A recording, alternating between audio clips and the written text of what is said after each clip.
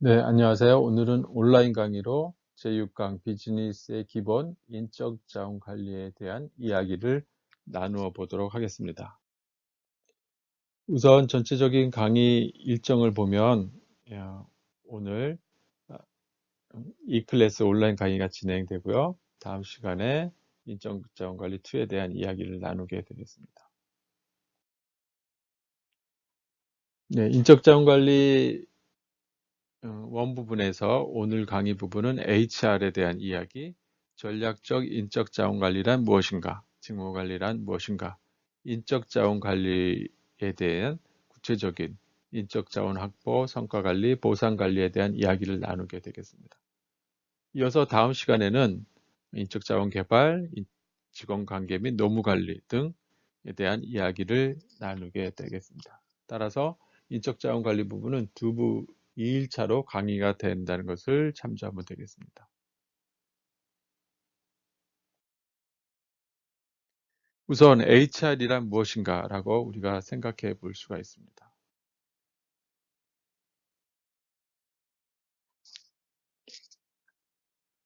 직장인 이직 사유 1위, 연봉 및 초불만족이라는 사람인의 조사 결과가 나왔습니다. 이것을 인사 담당자들은 이것을 보고 어떻게 생각해야 될까요?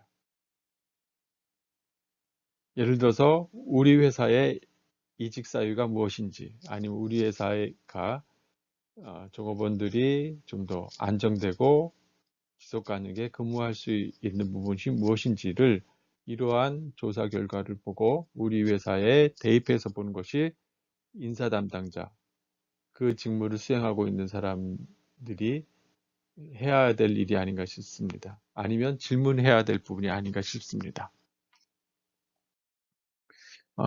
저는 인사 업무를 지금까지 한 20년에 걸쳐서 지금 해왔는데 이러한 것들을 통해서 회사에 어떻게 기여하고 또 직원들에게는 어떤 의미가 있었는지를 좀 되돌아볼 수 있었습니다. 따라서 인사 직무를 하는 것은 회사에 대한 기여, 또 직원에 대해서 어떻게 동기부여를 시켜서 성과를 낼 수 있도록 하는가, 이런 변화들을 할 수 있는 것이 HR 업무라고 생각이 들고, HR 직무는 따라서 나름대로 중요한 일이라고 생각이 듭니다. 만약 저에게 회사에서 가장 중요한 직무가 무엇이냐라고 한다면 HR 직무라고 자신 있게 이야기할 수 있을 것 같습니다. 또한 여러분들은 비즈니스 실무를 배우면서 HR에 대한 정확한 이해를 통해서 여러분들이 HR 담당자는 아니지만 회사 비즈니스를 좀 더 이해할 수 있으리라고 생각이 듭니다. 따라서 오늘 HR에 대한 이야기는 매우 중요한 부분이라고 할 수 있습니다. 우선 HR을 이해하기 위해서는 인사관리 및 인적 자원 관리에 대한 이해가 필요한데, 인사관리라고 한다면 단순히 관리하는 측면, 예를 들어서 경영자가 종업원을 비용 중심으로 사고하고 판단하는 것이라고 볼 수 있습니다. 그렇지만 지금의 인사관리는 단순히 비용 측면이 아니라 기업이 종업원을 자원이나 자산으로 측면에서 본다는 것입니다. 그래서 인사가 인적 자원 관리라는 그런 개념으로 좀 변화됐다라고 여러분들이 이해할 필요가 있습니다. 그래서 인적 자원이 어떻게 잘 활용되고 성과를 낼 수 있도록 도와주는가, 이런 것들이 조직의 경쟁력을 높여주는 것이고 기업의 성과를 높여주는 것입니다. 이러한 인적 자원 관리 부분은 꼭 인사팀에서만 하는 것이 아니라 현업 부서에 있는 부서장, 현업 부서에 있는 직원들도 인적 자원 관리에 대한 개념과 이런 실행 방안에 대해서 깊이 있는 성찰이 필요하다고 볼 수가 있습니다. 따라서 HR에 대한 철학이 좀 필요하다라고 이렇게 이야기할 수 있습니다. HR에 대한 역할을 살펴보면 우선 기본적으로 낮은 밸류에 제공하는 HR 역할이 있습니다. 복리후생을 관리한다든지 인사기록을 관리한다든지 하는 것이고요. 좀 더 나아가서 인사 정책을 수립하는 것입니다. 성과 관리라든지 채용을 어떻게 할 것인지 이런 것들. 더 나아가서는 앞으로 다가오는 문제 아니면 새로운 문제를 해결하는 데 있어서 HR이 역할을 하는 것입니다. 회사의 조직이라든지 회사의 목표와 관련된 전략적 HR을 어떻게 수행하고 조직 변화를 어떻게 만들고 조직을 변화시키고 학습 조직을 만드는 이런 것들이 지금의 HR이 해야 될 일이고 HR의 역할로서 요구된다고 볼 수가 있습니다.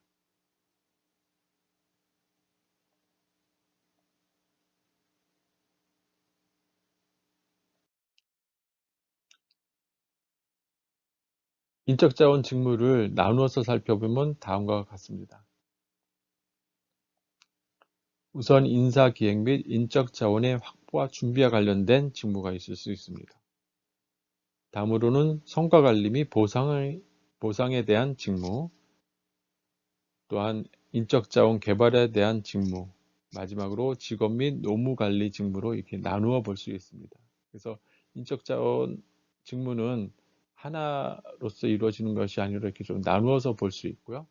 또 이러한 직무들은 기업마다 또 조직 및 업무가 좀 상이하다는 것을 우리가 염두에 두어야 됩니다. 여러분이 나중에 회사에 입사하게 된다면 그 회사의 인적자원 직무가 어떻게 구성되어 있는지, 어떤 역할을 주로 하는지에 대한 것을 살펴볼 필요가 있다는 말이라고도 볼 수 있습니다. 인적자원 관리는 최근에 전략적 인적자원 관리로 이렇게 대변해서 이야기할 수 있는데 전략적 인적자원 관리란 무엇인지 한번 살펴보도록 하겠습니다. 네, 전략적 인적자원 관리를 하기 위해서는 인적자원 환경에 대한 이해 및 분석이 필요합니다. 첫 번째, 노동력이 변화입니다. 최근에 고령화 추세로 인해서 기업 인적자원이 고령화되고 있습니다. 또 한편 인력 구성이 다양화되고 있습니다. 국정이라든지 여성 인력의 증가 등이 있습니다. 이렇게 됨으로써 노동력이 그런 논리력이라든지 대인관계 기술, 또 책임감, 창의성 이런 것들이 중요하게 대두되고 있습니다. 두 번째는 고용 관계의 변화입니다. 기존의 정규직 형태의 고용 형태에서 플렉서블한 고용 형태로 변화되고 있습니다. 독립계약직이라든지 임시직, 계약직 이런 고용 형태의 증가가 있습니다. 더불어 근무 시간도 고정된 근무 시간이 아니라 유연한 근무 시간 제도가 많이 활발하게 도입되고 있습니다. 세 번째는 다양한 경영 전략으로 인해서 인수합병이 일어난다든지 M&A 등이 변화가 있고 다운사이징, 리엔지니어링 같은 구조적인 변화, 또 하나 외부 인력을 활용하는 아웃소싱, 또 해외로 진출하는 글로벌 시장 진출에 따라서 이러한 경영 전략에 따른 인적 자원 환경이 변화되고 있습니다. 이와 같이 기업 환경을 이해하고 분석하는 것은 인사 담당자로서 전략적 인사 관리를 하기 위해서 필수 요건이라고 볼 수 있습니다. 이러한 전략적 인적 자원 관리를 하기 위해서는 외부 적합성이 필요합니다. 외부 적합성이라는 것은 HR 전략이 조직 전략, 조직 환경, 조직 특성, 재원 조달 능력 등 관련해서 적합하게 이루어져야 되는 것입니다.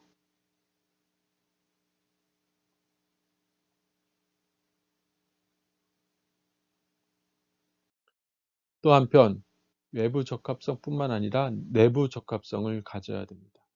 기업이 가지고 있는 가치, 기업이 가지고 있는 기업 전략이 단순히 독립적으로 이루어지는 것이 아니라 각각의 기능, 인사 전략과 연계돼서 이루어져야 됩니다.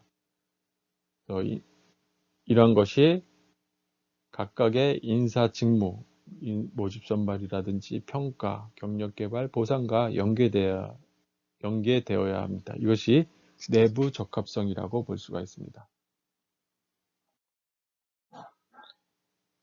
마지막으로 이 전략적 인적 자원 관리에서는 직무와 사람 간의 적합성이 필요합니다.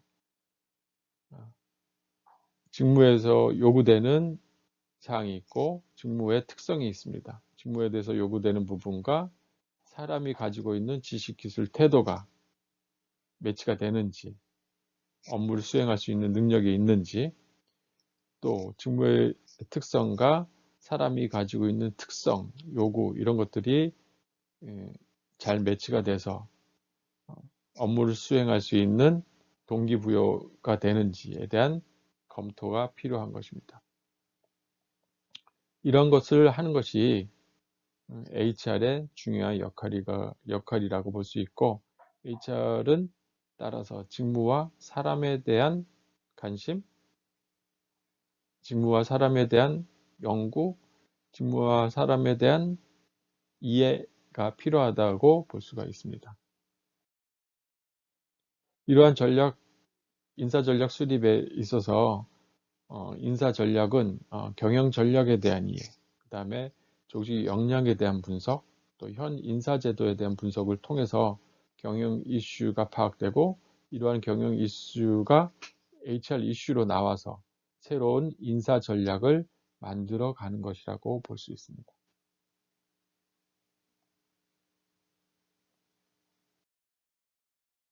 다음은 직무 관리에 대해서 검토해 보도록 하겠습니다.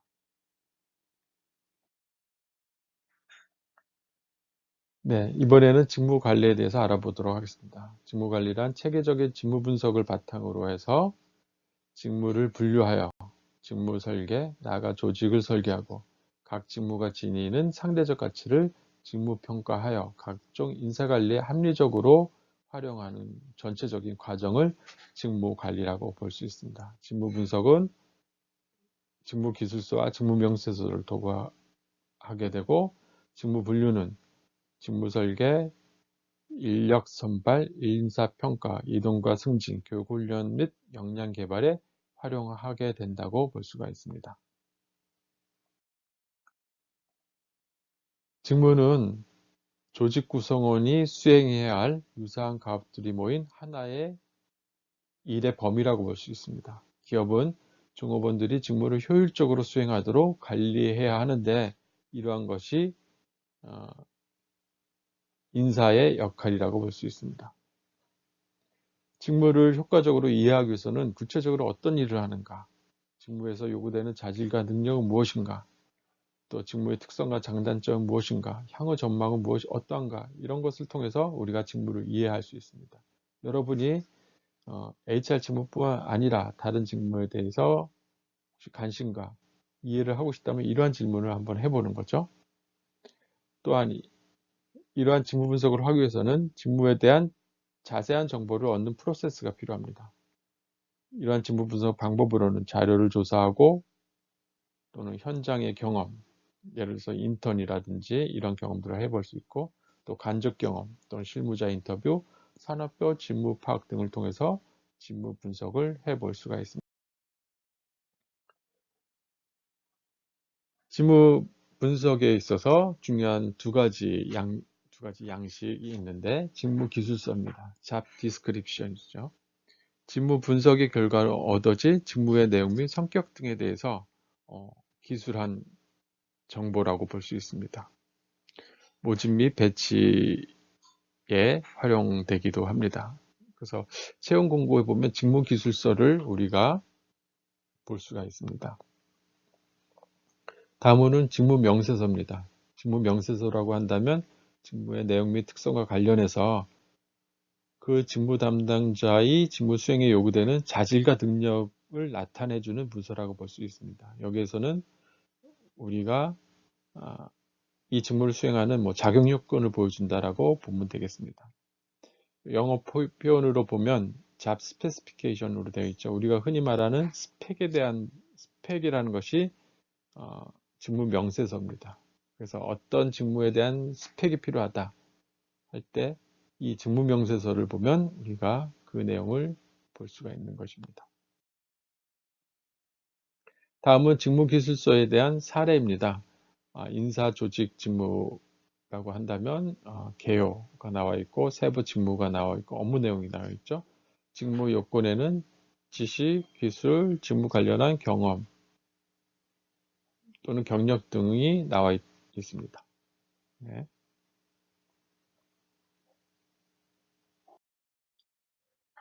직무 분석하기 위해서는 다음에 두 가지 양식을 좀 더 자세히 살펴볼 필요가 있는데요. 우선 직무 기술서입니다. 직무 기술서는 잡 디스크립션으로 되어 있죠. 여기에는 직무 명칭이라든지 개요, 특성, 직무 역할, 책임 등을 좀 볼 수 있고요. 또 하나는 직무 명세서입니다. 잡 스페시피케이션. 여기에는 자격, 교육, 지식, 기술 등을 볼 수 있습니다. 직무 기술서에는 직무 역할과 책임들을 우리가 구체적으로 살펴볼 수 있고, 직무 명세서는 지식이라든지 기술, 능력, 태도, 경험들을 볼 수가 있습니다. 그래서 여러분들이 직무를 분석하기 위해서는 이 두 가지 양식을 채울 수 있다면 직무 분석을 제대로 할 수 있다라고 볼 수가 있고요. 직무 명세서의 이 세 가지 부분이 실은 역량 부분이라고 볼 수 있죠. 역량은 지식이나 기술, 능력, 태도라고 이야기했는데 여기에 보면 그런 것들을 나와 있습니다. 그래서 이 두 가지를 잘 살펴보고 여러분이 필요로 하는 직무에 대해서 직무 분석을 이 양식을 통해서도 할 수 있다라고 이야기할 수 있겠습니다. 다음으로는 이런 직무 분석을 통해서 직무 평가를 하게 되는데 직무 평가라고 하는 것은 직무 분석의 결과로 밝혀진 직무의 구체적 내용과 이를 수행하기 위해 요구되는 작업자의 작업 요건을 가지고 해당 직무에 대해서 상대적으로 가치를 밝히는 활동을 직무평가라고 할 수 있습니다. 직무평가를 하게 되면 이러한 결과를 가지고 임금을 결정하게 됩니다. 이렇게 임금이 결정되는 것을 직무급이라고 하고 또한 인력의 확보라든지 채용이라든지 또 직무평가 결과에 따라서 인력을 배치하는 데 사용하기도 하고 또 직무평가 결과에 따라서 그 종업원 직원들의 역량 개발에 활용되기도 합니다. 직무평가에서 요구되는 역량의 좀 미흡한 부분은 역량 개발을 통해서 그런 역량 개발을 하게 된다는 것이죠. 우측에서 나와 있는 부분이 직무 분석을 통해서 활용되는 부분을 보여주고 있는데 살펴보면 충분히 이해되리라고 봅니다.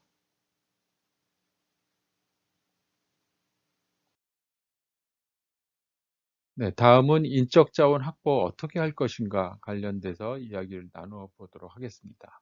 채용 관련 업무라고 할 수 있는데 인적 자원 확보하기 위해서는 우선 인적 자원 계획을 수립해야 됩니다. 회사별 또는 각 부서별로 인력에 대한 수요를 파악하고요. 그렇다면 그런 수요에 따라서 인적 자원을 어떻게 확보해서 각 회사별, 부서별 필요로 하는 인력을 공급할 것인가에 대한 계획을 세우게 되는 것이죠.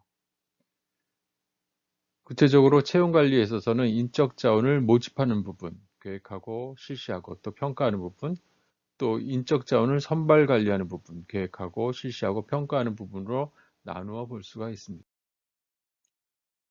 인적 자원 계획 확보하는 그런 구체적인 계획 과정을 살펴보면 인적 자원에 대한 수요를 예측하게 되고 거기에 따른 인적 자원에 대한 공급 측면을 예측하고 그래서 인력이 과잉되는지 인력이 부족한지에 대한 예측을 하게 되죠. 이어서 각각에 대한 목표를 설정하고 구체적인 전략을 만들게 됩니다. 프로그램을 실행하고 이에 따른 평가를 통해서 인적 자원을 어떻게 효과적으로 할지에 대한 전반적인 과정을 다시 평가하게 된다고 볼 수 있습니다. 인력 모집하는 데 있어서는 우선 내부적으로 인력 채용하는 방법이 있을 수 있고 외부적으로 인력 채용을 하게 됩니다. 또한 급여 수준을 어떻게 할지 외부 시장 급여 수준을 어떻게 고려할지 회사가 선도하는 기업으로 있을지 아니면은 선도하는 급여 수준에 어느 정도 도달하게 할지에 대한 검토를 하게 되고요. 마지막으로 단순히 채용 광고뿐만 아니라 회사의 이미지 광고, 뭐 일하기 좋은 기업이라든지 기업 문화, 기업 브랜드와 같이 홍보를 통해서 인력을 모집할 수 있도록 하는 방법들을 구체화시킵니다. 예를 들어 보면 CJ 신입사원 채용 과정을 보면 이렇게 되어 있죠. 지원자가 접수하고 테스트 전형을 거쳐서 공채와 인턴의 두 가지 방법으로 나누어진다고 볼 수 있습니다. 네, 공채와 인턴이죠.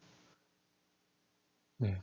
그래서 이러한 각각의 공채와 인턴 과정이 좀 나누어지게 되는데 이러한 과정들을 채용 담당자가 전반적인 프로세스를 준비하고 각각을 어떻게 실행할지에 대한 세부 계획을 세워서 실행하게 되겠죠.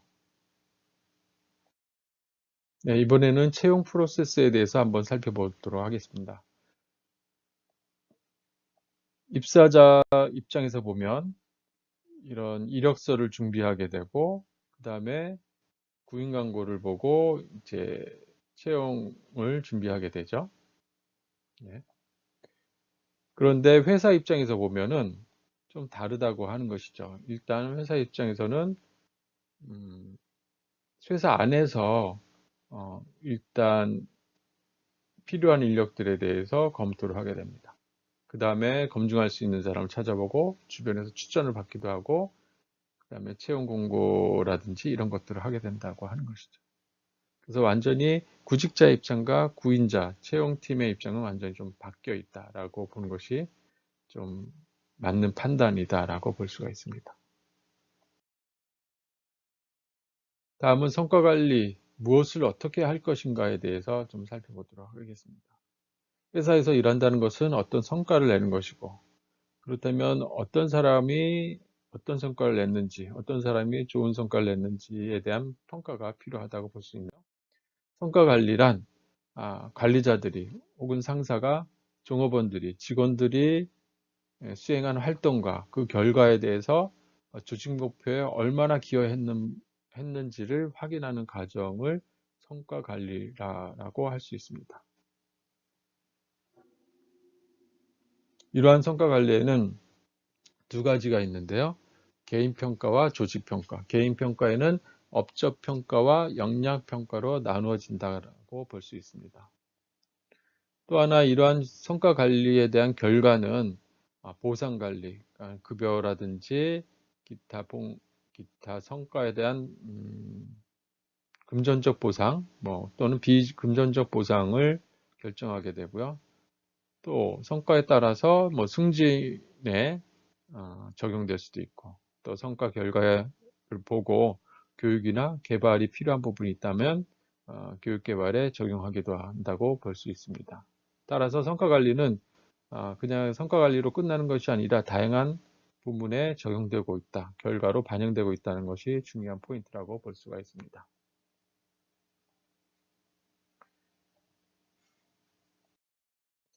성과 관리의 목적은 기본적으로 구성원이 그 성과 목표에 100% 이상 달성하도록 하는 것이 이제 기본 목표이고요. 그래서 이러한 성과를 초과 달성한 사람한테는 보상을 통해서 계속적인 동급유호를 하는 것이고, 성과를 달성하지 못한 사람에게는 그 원인을 찾아서 역량을 개발하거나 하도록 하는 것이죠. 그래서 성과 관리의 목적은 성과 극대화를 위한 동기부여 및 요구 역량을 강화하기 위한 목표라고 보습니다. 개인 평가의 종류는 다음과 같이 볼 수 있는데 업적 평가와 역량 평가 두 가지로 나누어 볼 수가 있습니다. 업적 평가라고 하면 무엇을 달성했는가에 대한 평가입니다. 회사에는 키 퍼포먼스 인디케이터라고 있는데 KPI라고 하죠. 주요 성과 지표가 있습니다. 그 주요 성과 지표에 대한 성과를 달성했는지 달성하지 못했는지를 이제 평가하게 되고요. 이런 것들이 엠비어 방식이라고 해서 목표를 주고 목표에 따라서 달성도를 평가하는 것을 이제 엠비어 방식이라고 하죠. 또 하나 평가 요소는 역량 평가입니다. 그 어떤 업적뿐만 아니라 그 개인이 가지고 있는 기본적인 능력, 지식, 기술, 태도 이런 것들을 평가하는 것입니다. 그래서 그것들을 어떻게 잘 달성할 수 있는가에 대한 평가인데 이러한 부분이 회사의 공통 역량이라든지 관리 역량, 직무 역량에 따라서 이제 나누어지기도 합니다. 두 가지 요소를 기억하면 되는 거죠.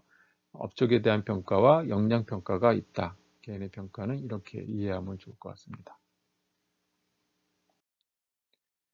개인 평가 프로세스를 보면 다음과 같이 나누어 볼 수 있는데 우선 목표를 설정하는 겁니다. 회사 목표가 만들어지고 각 부서의 목표가 만들어지고 그러면 개인의 평가 목표가 만들어지는 거죠.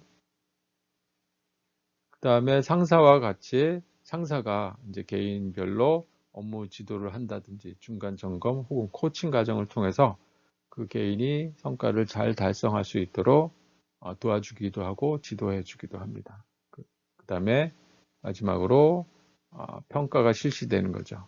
개인이 업적 평가, 역량 평가에 대해서 작성을 하고 그 결과에 대해서 상사가 평가를 합니다.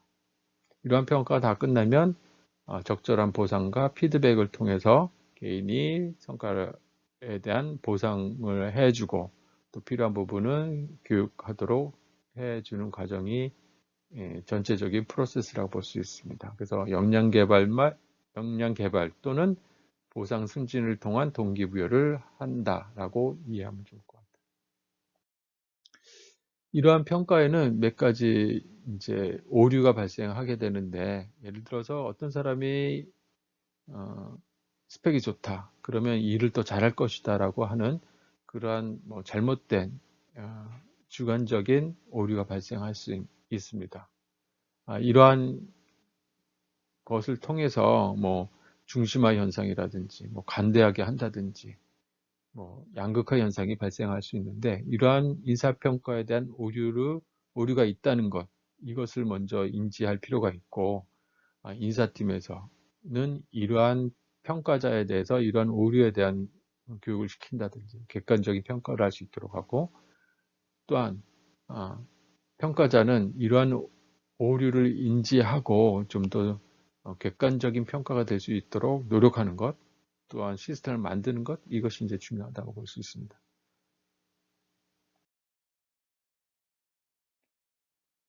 이번에는 보상관리 무엇을 어떻게 할 것인가에 대한 이야기를 좀 해보도록 하겠습니다. 뭐 CMB라고 합니다. CMB는 Compensation and Benefit의 약자로 CMB라고 이제 부르고 있습니다. 보상관리의 가장 첫 번째는 뭐 기본적인 임금관리라고 볼 수 있죠. 임금 구조를 어떻게 결정할 것인지, 기본급과 수당은 어떻게 결정할 것인가에 대한 관리를 하게 되죠. 여기 셀러리 서베이라고 있는데 이 부분은 어떤 것이냐면 한 회사의 셀러리 수준을 알 수가 없습니다. 그래서 임금 담당자가 다른 회사의 임금 수준을 알기 위해서 셀러리 서베이 하는 업체에 가입을 해서 이러한 셀러리 서베이 준비를 하게 됩니다. 그래서 그 결과를 가지고 회사의 임금 수준을 이제 알 수가 있게 되는 거죠. 그래서 1년에 한 번씩 셀러리 서베이 조사에 참가하게 되고 그것들을 이제 관리한다라고 볼 수 있어요.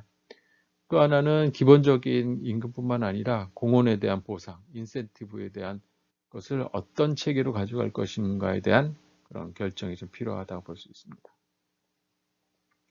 다음으로는 이러한 시스템에서 기본적으로 급여가 이제 지급되는데 급여 지급의 실질적인 실무를 담당하게 되고 공제 관리도 하게 되고 연말정산 업무도 추가적으로 하게 됩니다.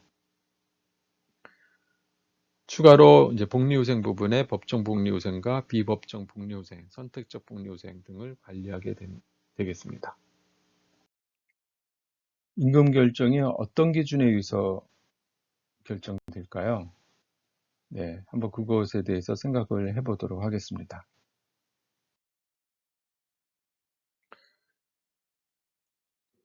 임금 결정은 우선적으로 이렇게 결정되겠죠. 생계비 기준, 기본적인 생계비를 유지해 줘야 되는 거죠.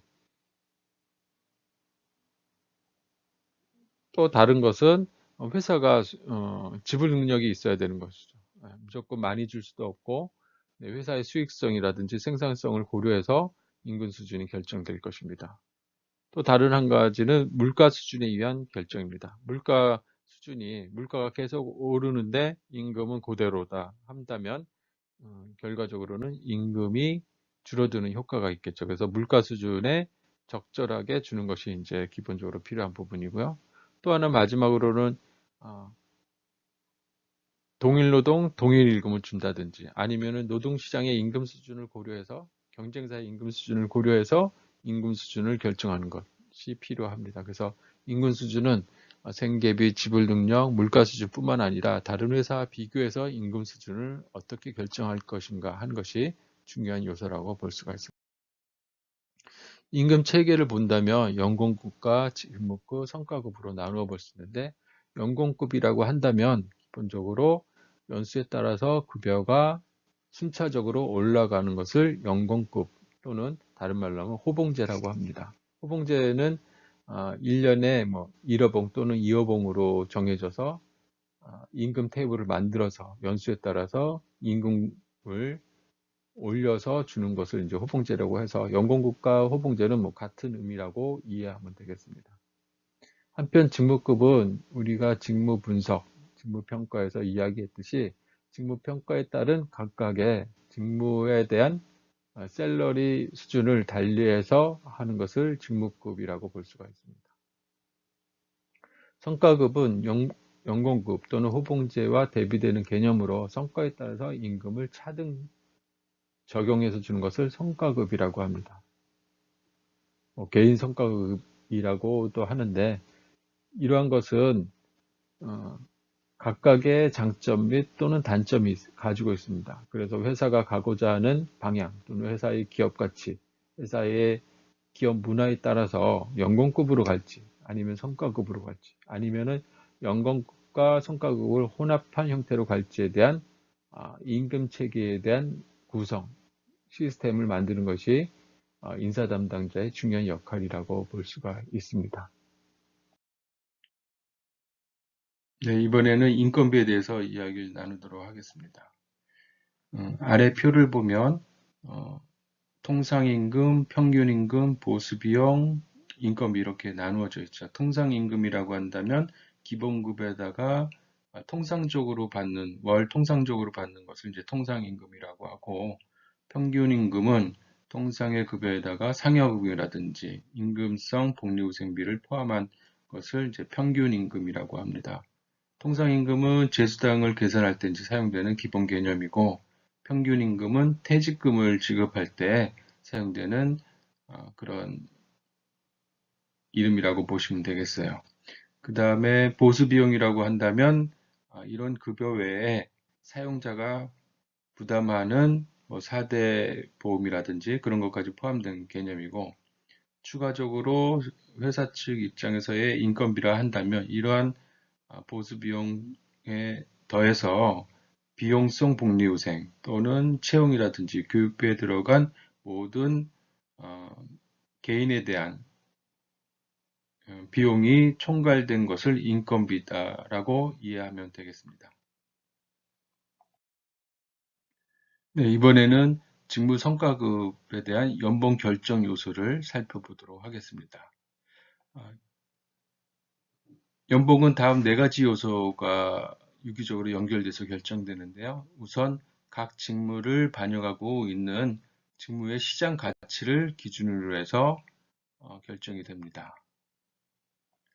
다음은 임금이 대외 경쟁력을 반영하고 있는 기본 연봉 범위, 샐러리 레인지라고 하는데요. 이것이 있고요. 그다음에 회사의 성공에 기여한 공헌도, 그러니까 본인의 어떤 성과평가에 따른 뭐 A, B, C, D라고 한다면 뭐 이런 공헌도가 나오겠죠. 그런 공헌도가 하나의 기준이 되고 또 하나는 전체 임금 인상률에 대한 회사의 예산 이런 것들도 하나의 중요한 기준이 되겠습니다. 이래서 각각의 성과에 따른 공헌도와 연봉 위치에 따라서 매트릭스가 만들어지고 개인적인 연금, 임금 인상률 기준표가 표와 같이 만들어진다고 보면 되겠습니다. 우리가 HR은 전략적 HR이라고 했는데 이 보상도 마찬가지로 전략적 보상을 해야 되는 것이죠. 회사의 기업 가치라든지 사업 전략, 조직 구조에 따른 인사 전략이 만들어지고 이에 따라서 보상 전략도 만들어지는 것이죠. 그래서 기본급을 어떻게 할지, 재수당은 어떻게 가져갈지, 인정을 어떻게 해줄지, 개인 인센티브와 팀 인센티브를 어떻게 조정할지에 따른 전략이 만들어진다고 볼 수 있습니다. 이런 것을 전략적 보상이다라고 볼 수 있습니다. 예를 들어서 CJ 보상 제도를 보면 단순히 연봉에 대한 이야기뿐만 아니라 변동급이라든지 기타 수당에 대한 것을 보여주고 이것을 총급여라고 보여주고 있습니다. 또 강의의 임금에는 복리후생, 교육 및 개발 관련 부분, 또 근무 환경까지도 임금에 포함된다라고 이렇게 보여주고 있죠. 이것은 실은 인사 담당자, 회사 입장에서는 이러한 전체적인 보상이 있다라고 보여주고 싶은 것이죠. 네, 우리 회사 이만큼 보여주고 있다. 이만큼 보상해주고 있다는 것을 보여주는 거기 때문에 상당히 전략적으로 잘 보여주고 있는 보상 체계라고 볼 수가 있습니다. 밑에 보면 워크 인바이러먼트까지 조직 환경에 대한 부분까지도 같이 보여주고 있는 것을 볼 수가 있습니다.